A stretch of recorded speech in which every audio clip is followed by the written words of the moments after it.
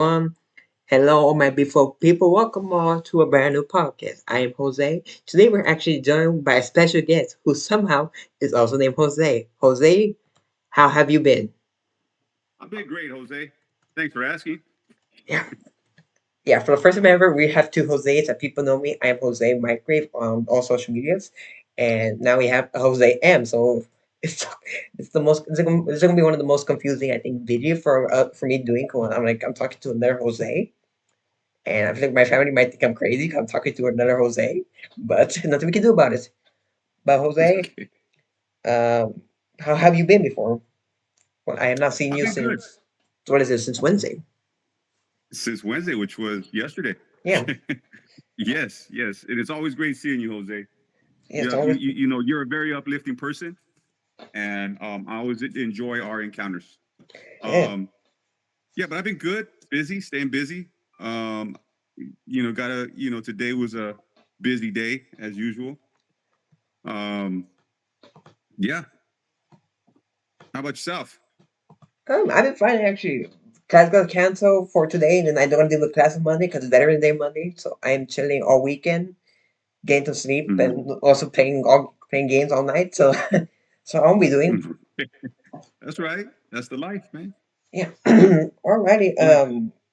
We're going to get started with the beginning of the podcast. Jose, you say you have a project coming up for you. Like you're creating a project. What do you mind? Tell me about the project, or tell the audience about the project. Yeah. Yes, it's a documentary, Mm-hmm. and it's about East LA in 1970s, and it's based around four figures. Okay. Um, these four figures, and just to summarize, really, I mean, it gets deep into a couple of different, aspects of the culture, the Chicano culture. Okay. But it lands on the brains Mm-hmm. in one figure, the muscle in the other figure, the politician, and then the artist. These four figures have a very interesting story from where they grew up in East LA to where they are today.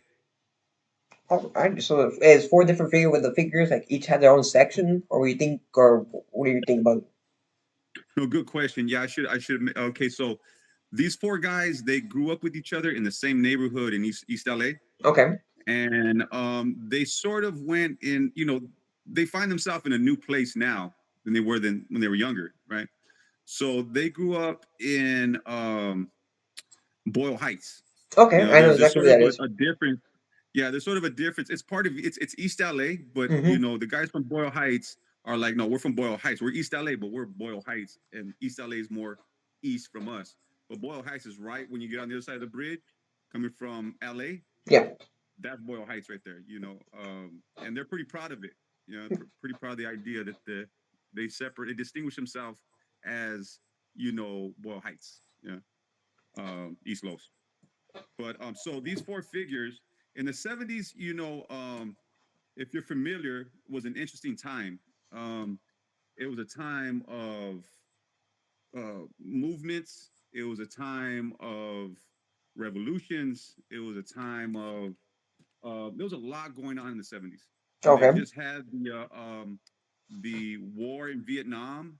Is I think 72, 73 it started winding down. So there was a lot of activism, and these four figures, they were involved in getting into like the Brown Berets or the Chicano movement. Yeah. They were pretty involved. Alrighty. Did you come up with an idea, or were you thinking about this idea like one day and say, "Man, I want to do a documentary," or where you come up with the idea of making that documentary of those four people from East LA or from Boyle Heights? Good question. I was actually presented with the idea. So one of them is my godfather. He's my Nino. Okay. He introduced me to another one, the artist, right? So my Nino is the muscle, right? Mm-hmm. And he has a very interesting story. They call him Pepe, right? Okay. Um, and he introduced me to Sleepy, Okay. which Sleepy was already doing an artistic project because he's been involved in the film industry since the 80s. He's done photography, and as a matter of fact, him and the Brains Mm-hmm. both got their start in it's called the All Nations right there off of Soto in Michigan. Oh, There okay. was a recreation center. Yeah, it was called the All Nations, and they got their start into photography back then. There was a lot of um, like things with the recreation centers. There's a lot of funding coming from the government, and with that Okay. funding, they had an actual photo lab out down there. So when Sleepy was young, he Hmm. really got into it. He started doing photography for a magazine, and then he met a guy named Montezuma Esparza, and he Okay. met him through another individual right there at the All Nations, and from there he got into the film industry. Wow. A question that I'm getting from that I did my research for a question. Who do you think your audience is trying to reach? Or who do you think you are trying to reach for like an audience? Good question. So initially, the target market would be the people who grew up in that era. Okay. They're getting older, and it'd be a sad situation if that era is forgotten, right? A lot of them, really have a lot to, they want to tell their stories. They want to remember that time. It was a specific time in East LA, and I'd say, in our country, where things were really happening, right? Okay. As far as Hispanics go, as far as Yeah. the Chicano movement, as far as the Brown Berets and these historical things. There's also stuff that we're going to touch on that harkens back to the 1940s, and we're even going to touch on roots with culture, and that's the outside stuff, the peripheral stuff. Basically, it's gonna center back into the 1970s, and from there we're going to touch on the offspring of these gentlemen and what the future is for East Los at this time. Okay. Do you feel like you might make another part to the documentary, or you think it would just be like one documentary in total? You know how many documentaries have one part, and then they go on to maybe another part, or you think we're just going to try fitting your entire documentary into one single part? No, that's a very good question because Sleepy, his name is Daniel Villarreal. If you guys want to look him up on IMDb, he had that same question for me. Are we going to make it a short documentary? Are we going to make it a series? Um, are we going to make it, and that was a good question because I don't know at this point. We're still in the putting together part. Okay. I've put together a crew of really good artists. I got a Ozell, which I've been in talks with Ozell as far as doing the directing, and he does a great. He's really good at what he does, Okay. and a couple other guys as far as the sound production, with Nesio from 5150 Click. He's from Boyle Heights. He's from Aliso Village, so Okay. it sort of hits home with him. He actually goes to Mount Sac with us, as a matter of fact. Oh, So wow. I'll probably introduce you to him at some point. He is a great artist. He's been making music for years. We also got a couple people from the film club from Mount Sac, and these guys are professionals. I've worked with them before. We just did a 40-hour film about 2 weeks ago, and if anybody is interested, it's going to be held at the LA Live, the theater. What's the name of that theater? It's right behind LA Live, the Regal. Tomorrow and on the 10th, it's going to be like they're going to be showing it all day. But W- it's yeah, it was a film crew from Mount Sac, and it was a great experience to work with them guys. We mind telling us what will be the name of the film, if you like to share the name of the film, so I can put it in the bio for people to know. Uh, it's a working project, so we're just gonna name it the East LA Story at this point. Okay. And I think that fits. It might just stick. I actually started this concept with Daniel Villarreal in 2021. We started formulating the idea of how we're going to tell this story, Okay. and so at this point, there was a time where it's not a small project to take on. It's a pretty big thing to deal with, and it was just me and Daniel at the time, and I'm over here trying to, campaign to get other people involved, and it's not easy to get other people involved. If they don't see the dream, then they, you know, it's not something that they want to put their time. Well, this is the way it seems to me. You know what I mean? Mm-hmm. At this point, and plus I had to get back to work. Yeah. So documentaries ain't free. You know what I mean? It costs money to pay the film crew, the whoever's directing it, the editors, they all, they all get promised something and they need to get paid also. So we're looking to raise about $20,000, and that's what we were doing then. And now there's a new push. We started doing this like maybe about 3 months ago. About 2 months ago, I was talking with Daniel Villarreal, and I'm like, let's get it going again. I'm ready now. Mm-hmm. Um, so with that being said, um, we have a crew, we have the idea, and we're working on it. It may take some time, but the point is we're working on it. We're doing the moves to make it happen. And I think this time, not that I think, I know I'm not going to quit till I get it done. Whatever Mm-hmm. it comes out to, if it becomes something small, we get on YouTube, no worries. If it becomes bigger, like we get it on Netflix, then hey, man, I'm grateful to be a part of it. I'm gonna be working with some really good talent. You know.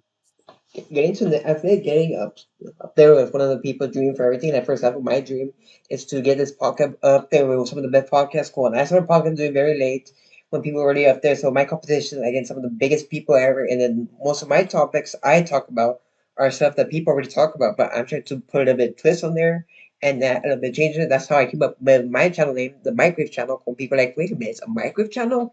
What? Wait, what? And then for like the same thing for documentaries like that for you, you're Yeah. competing against some of the best people who made documentaries and try pushing your documentary from being the lowest to being well known. Going that if you can get a good documentary out, you can make some money out of that.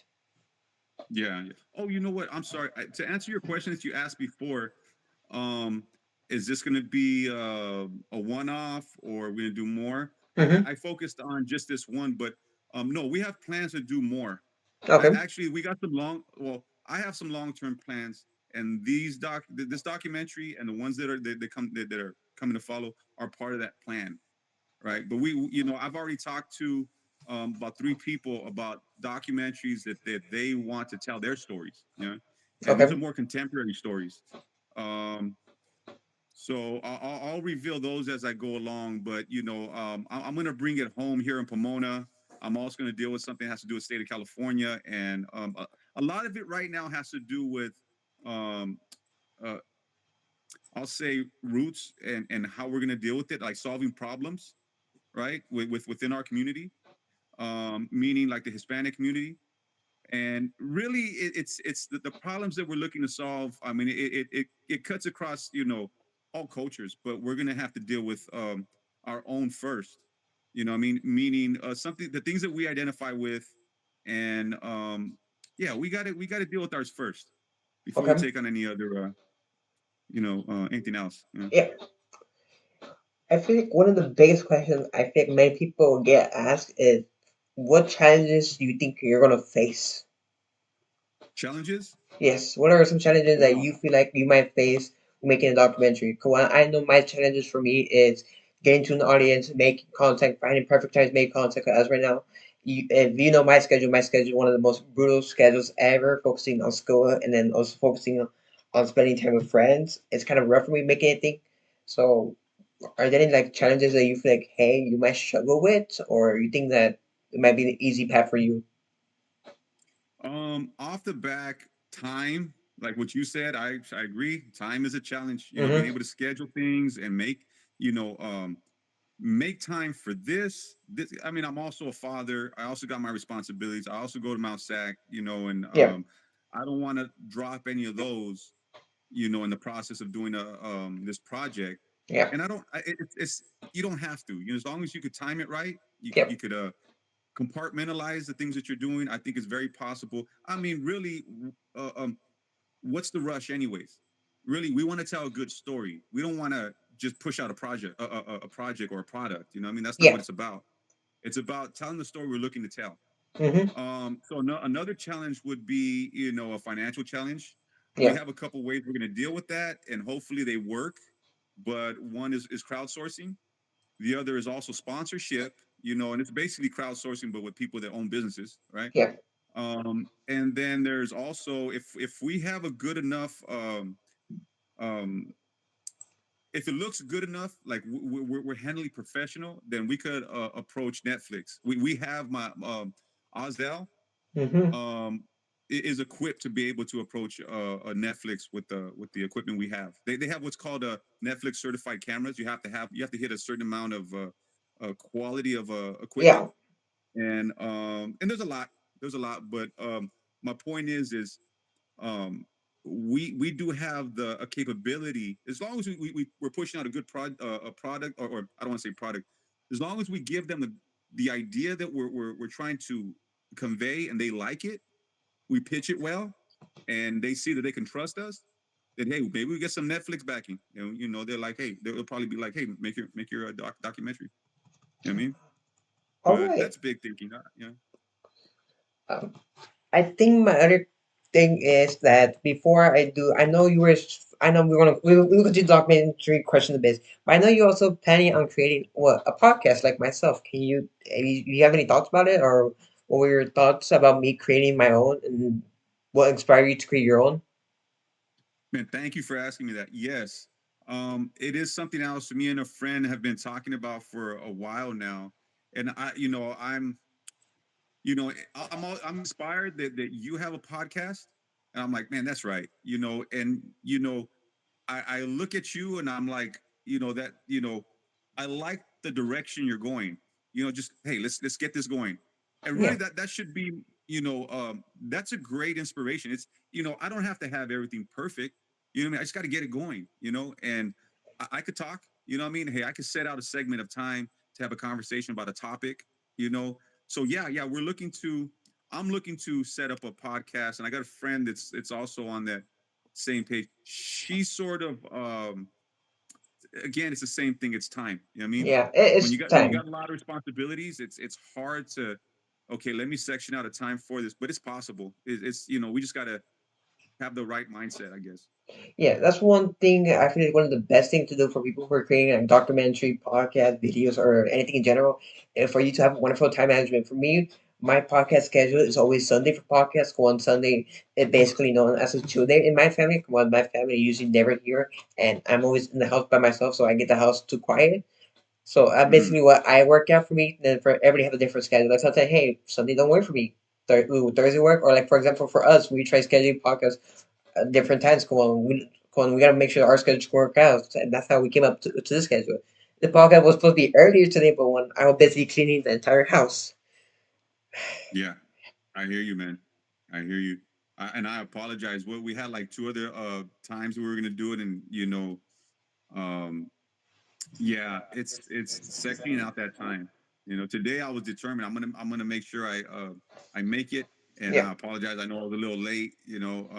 it's all good. I have But another guy who yeah. talking like for people wondering, I do have an event happening that I'm be streaming it live on like social media like that with some of my people, but that event's not happening until like what is it, like 40 minutes from now. So I do have one of my Uh-huh. guys who's busy handling those, say, hey, talking to people. Cool. I want to make sure that I do my event because it's a big event for my for my gamers who are people who know how much I love to game. Yeah. And yeah, so I have a guy who's busy talking to him. Hopefully he answer my messages. Uh-huh. I hear you. I Yeah. hear you. That. Yeah, I hear you. All right. I just want to get like you, Jose. You know what I mean? I want to get you know what I mean? I want to get like you, bro. At some point, I want to get a regular routine on this. You know, Yeah. I have a friend. As a matter of fact, Azel, the one that's going to be doing that we're in talks as far as doing the directing. He has a podcast also, and I helped him out with his, and he's been doing it for a minute. Yeah. So it's good to see from the background on how these podcasts work. You know, Yeah. and working with you also this right here, this like the ability to get in front of the camera and just answer questions. I mean, this is what I something I really want to practice, right? Yeah. Answering questions, getting to the podcast mindset. Yeah, because these are Look at basically life skills. These are basically what is it, life skills. Go on. If you ever want to get interviewed for a job, for example, and I've been working before, and I know if Mhm. you at work, you gotta get interviewed for a job. They're basically some of the best ways to practice. Doing pockets are That's helps right. you with life skills. Go on. You practice speaking to somebody else. You practice actually. talking about something that you love talking about. Like for example, we could talk about work, and we could be here for Hmm. hours. Like for like one of my Yeah. most recent podcasts I did with one of my friends lasted an hour and 12 minutes of me and him just talking about but it's four different topics, but over Uh, an hour and 12. It was topics that we love. That's one thing I love about that's podcasts. right. They teach you life skills, and then you talk about things that you love. And I don't know, hey, you can find an audience that also love the topic, and hello other stuff. Like for example, for me, I know I'm struggling because one of my podcasts have been very local as a new channel, and it's kind of rough finding like where you're gonna be for a podcast. And I know I'm gonna be here for like low end for a while, but I know if I keep fighting that, hey, I can be up there with some of the big people in a couple years, 1 or 2 year maybe something like that. That's right. You ever heard of Ty Lopez? He's a Yes, have. influencer. You Yeah, have, right? So what he's saying is right now is the best time for podcasting. Right now, there's a podcasting explosion, and people are really doing a lot with podcasting, a lot with like sponsorship and stuff like that. But if you look at like Joe Rogan, for example. I yeah. mean, he made a precedent as far as podcasting. I mean, he's what did they give him, like 100 million for Spotify to be on Spotify, Yeah, for his show? You know what I mean? if I did remember my research, I did small research when I created when we did our speech about like the demonstration speech, and I did my speech on podcast. I think people are making over 500,000 in making podcasts after a Wow. year. Wow. Yeah, it's up there like 500,000, Yeah. and imagine like 500,000 to a million or something like that. But first you start like very Uh, low, so you just imagine you know having what? this as a side job and then having your actual Yeah. job. Look how much money you're making. I think people are getting tired of the system, bro. The system that says, you know what, we are the established truth, and we are the news, or we are the gatekeepers of what people can see. But with podcasting, it's like, nah, we don't need to go through you. We don't need. You could gatekeep your platform, but now I got my own platform, and Yeah, I got to reach also, right? And that's an awesome place to be in, you know. yeah. Alrighty, I want to keep this thing going for like a little longer. When I do my event, so I gotta post my announcement that see people are going for my event. I do have like two Yeah. more questions that I actually I want people I want people to hear about it, which is what kind of research have you done for making your documentaries or making your podcast stuff like that? Oh, okay. If you've done any Research. research, Yeah, good question. And I'm glad you asked me that because I'm pretty sure I'll be hit with that question again in the future. So I'll be more prepared. But yeah, no, the research that I've done, like for example, one of the individuals, a politician, and I'll give a quick summary. I did a deep dive in each one of the individuals, right? mm-hmm. They called him Popeye, right? Okay, And his name is Al Rios. He is the dean of students at East LA College, and he's mm-hmm. also on the city council of Southgate.